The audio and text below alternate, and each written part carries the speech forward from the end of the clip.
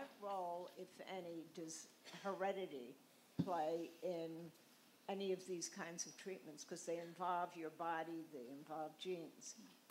So what I thought you were going to ask is heredity and cancer, which we, Well, of course, have covered. I got it. But this is a really good question. And so one of the issues that everybody struggles with is, why does a drug given to 5 people result in 5 different amounts of it and its metabolites in their bloodstream?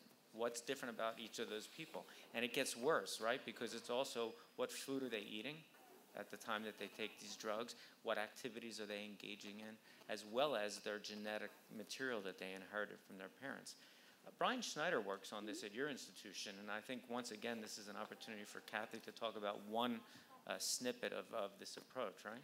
So Brian was the junior colleague who pointed out politely, because he was a junior colleague, that maybe we were looking in the wrong place, and we should pay more attention to the individual woman as much as to the cancer, because the same cancer in a different woman is really a different cancer. It's in a different environment, and it will behave differently.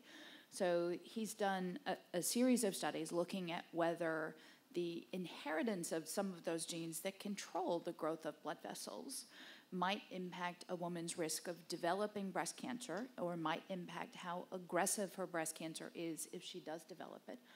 And indeed, he was able to find differences in a couple of those genes.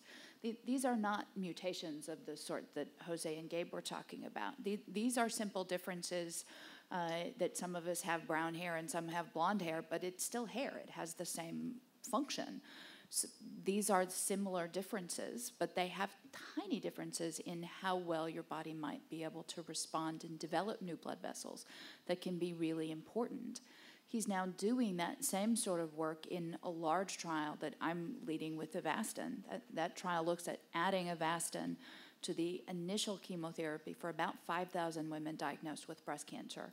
Its major goal is to see, does adding Avastin help? Do fewer women have recurrences of their breast cancer?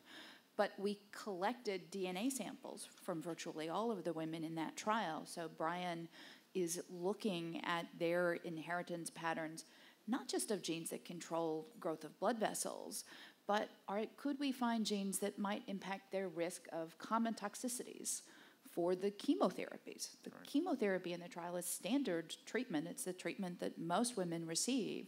But some women have a lot of trouble with side effects, others have very little.